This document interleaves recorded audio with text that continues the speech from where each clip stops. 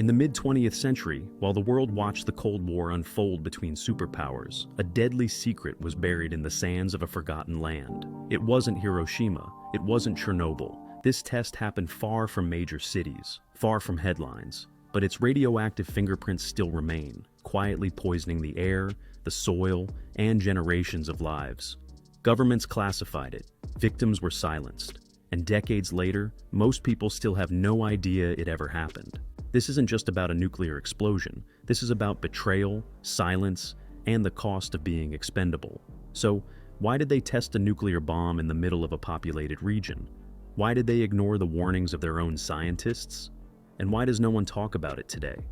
This is the chilling story of the nuclear test that poisoned a continent, and the people the world forgot. In the 1950s, the world was caught in a dangerous race.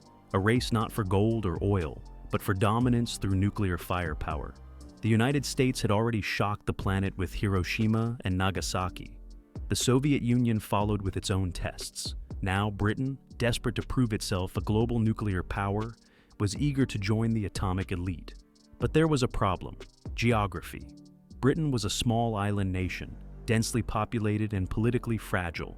Detonating nuclear weapons on its own soil wasn't just dangerous, it was unthinkable. So they looked outward, toward their allies, and toward their old colonies.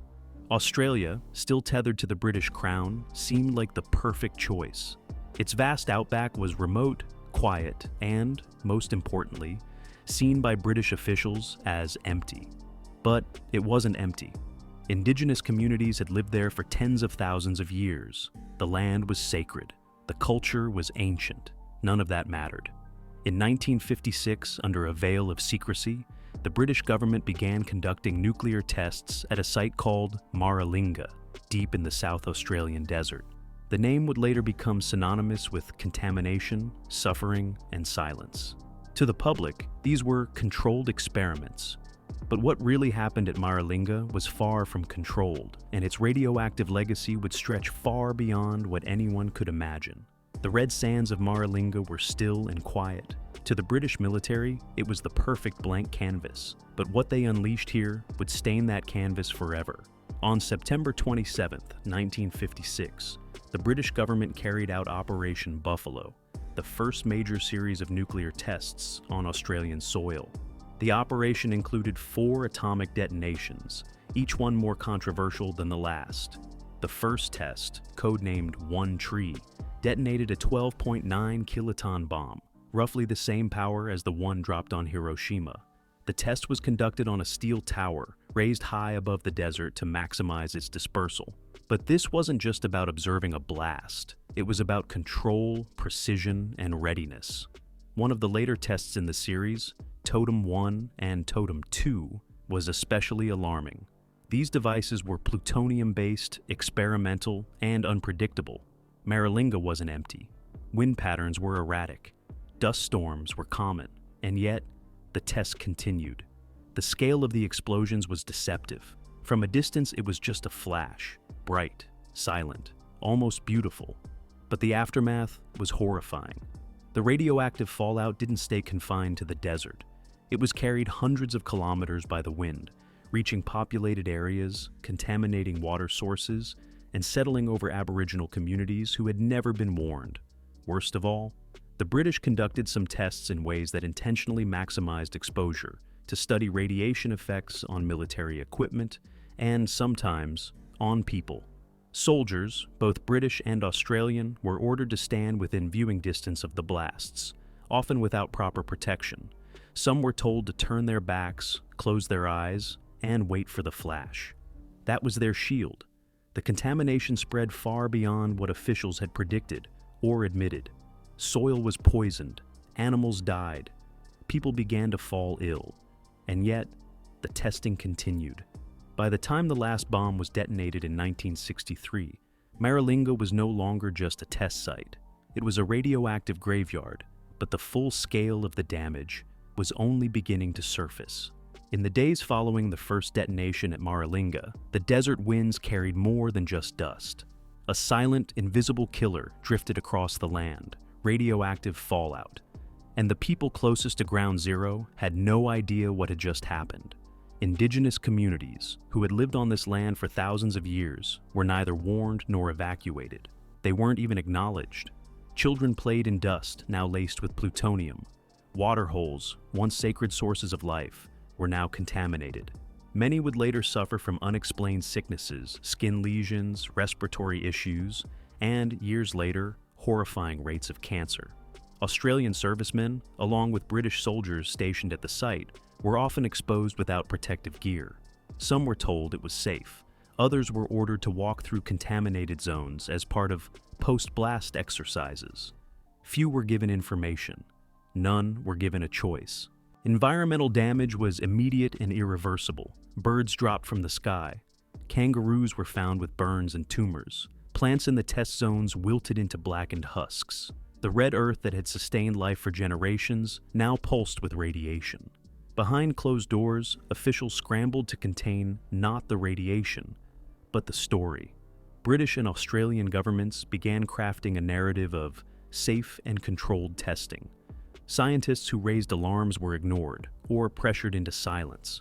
One notable whistleblower, Australian nuclear expert Alan Parkinson, would later describe the cleanup effort as a disgrace, exposing a legacy of negligence and lies. But in 1956, no one was listening. The headlines hailed it as a success. The public moved on, and the people of Maralinga, they were left to breathe the poisoned wind. As the years passed, the bombs at Maralinga stopped echoing through the desert, but their effects had only just begun. Across South Australia, doctors began noticing patterns: clusters of rare cancers, unexplained birth defects, and a rising number of illnesses in both Indigenous communities and former servicemen. Some children were born blind, others with malformed limbs. Women miscarried at alarming rates. Elders who had lived through harsh deserts for decades suddenly began dying young. But perhaps most heartbreaking were the stories from the Anangu people, the traditional owners of the land. With no knowledge of nuclear science, they only knew that the land had changed. Hunting became dangerous. The water made them sick. They were told nothing, yet they paid the highest price. The Australian and British governments, meanwhile, remained largely silent. Compensation was minimal, delayed, or denied outright. Many veterans who tried to sue were met with legal roadblocks or told their illnesses were inconclusive. Aboriginal voices were ignored for decades, their suffering buried under layers of bureaucracy. Then came the leaks. In the 1980s, declassified documents began to surface. They revealed that not only were the tests poorly managed, but that the British had knowingly conducted dangerous minor trials, dispersing plutonium across the land to simulate nuclear war scenarios. These substances have a half-life of 24,000 years. It was whistleblowers like Alan Parkinson, the former nuclear engineer, who exposed the truth about the botched cleanup operations. He warned that radioactive waste had simply been buried in shallow trenches, covered up rather than removed. In his words, the cleanup was not a solution, it was a cover-up. The story of Maralinga has often been compared to Chernobyl, yet unlike Ukraine's tragedy, it lacked the global attention. There were no mass evacuations, no televised emergencies, just silence. And in that silence, thousands suffered, forgotten by the governments that had sworn to protect them, and poisoned by a power they never asked for. For a nuclear test that poisoned land, destroyed lives, and scarred generations, the Maralinga story remains disturbingly unknown, even within Australia. Why? Because it was designed to be forgotten. From the beginning, this wasn't just a scientific experiment, it was a political calculation rooted in a colonial mindset. Britain wouldn't dare conduct such tests in the English countryside or the Scottish Highlands. The fallout, both literal and political, would have been immediate. But Australia's outback? That was seen as remote, expendable, occupied by people whose lives didn't factor into imperial strategy. Indigenous Australians weren't consulted. They weren't even counted. To colonial officials, they were invisible, so their suffering never made it into the headlines. Media coverage was tightly controlled. Journalists were kept at arm's length. Reports were filtered through government briefings, filled with reassurances of safe conditions and scientific oversight. The public was told these tests were necessary. Clean. Controlled.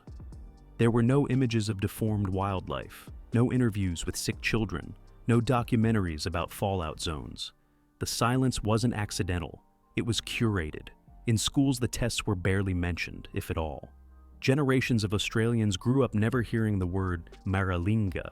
Even today, many have no idea their country was once a nuclear playground for a foreign power. And then there were the survivors, Aboriginal elders, servicemen, and whistleblowers who tried to speak out. Many were ignored, dismissed, or threatened. Some faced lawsuits for trying to expose the truth. Others were simply labeled unstable or unreliable. Their stories, their trauma, their truth, buried beneath decades of official denial. Maralinga wasn't just a test site, it was a crime scene.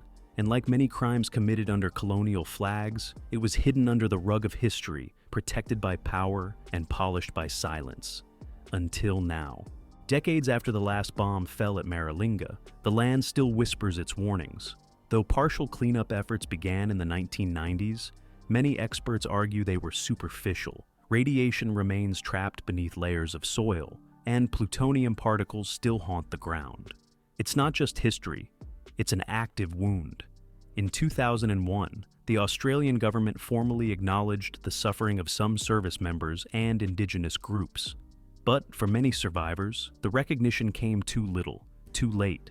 Some never saw a cent of compensation, others died waiting, and yet, the broader public still knows so little. Maralinga isn't taught in most classrooms. It doesn't appear in many documentaries or war memorials. There are no national days of remembrance. It's a silence that reflects not just neglect, but a discomfort with confronting the truth. What Maralinga reminds us is chillingly clear. Military secrecy, environmental abuse, and human sacrifice have often walked hand in hand, and they still do. From drone strikes to chemical burn pits, from deforestation to nuclear waste, we're still asking the same question decades later. Who gets to decide which lives are worth protecting? The bombs may have stopped falling, but the mindset hasn't. And in the shadows of that desert, beneath the scorched red earth, lies the most dangerous fallout of all: forgetfulness. Because if history forgets the poisoned, who will remember the truth?